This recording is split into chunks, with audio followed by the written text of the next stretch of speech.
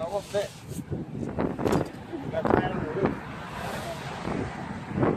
So, we're driving down the road, and we heard this big, huge, loud, scary noise.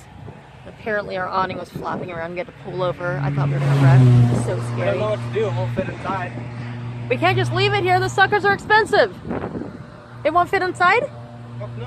How are we gonna get it inside? Watch your mouth, dude. There's no way to get it to slide straight in. Oh my goodness. And you can't tie it to the top? Oh my gosh. What the heck? It'll fly away. Unless we tie it really good. Whose wallet is that? I don't know. I just found it. Whatever, it's yours. Put it in there. Put it in there. So what do you think? We're gonna have to leave it behind? Look at this thing. No. Is that from the RV? Yeah, it's from this thing. Someone's thing or our thing? Right here. No, it's broken. The post is broken off.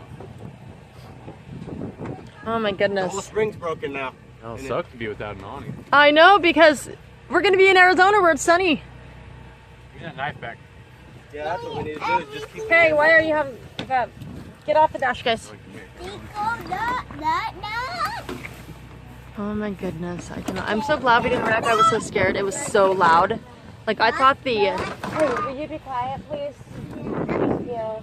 I thought that the generator was falling out and flapping around, and we were about to run it over and wreck. And it was just very, very, very loud. It was flapping around in the wind, and the post on the side is all busted up and everything, hanging all on that side. I have no idea what they plan on doing. They're gonna tear it off, I guess, and just so they can fold it up and put it inside and kind of rig up an awning.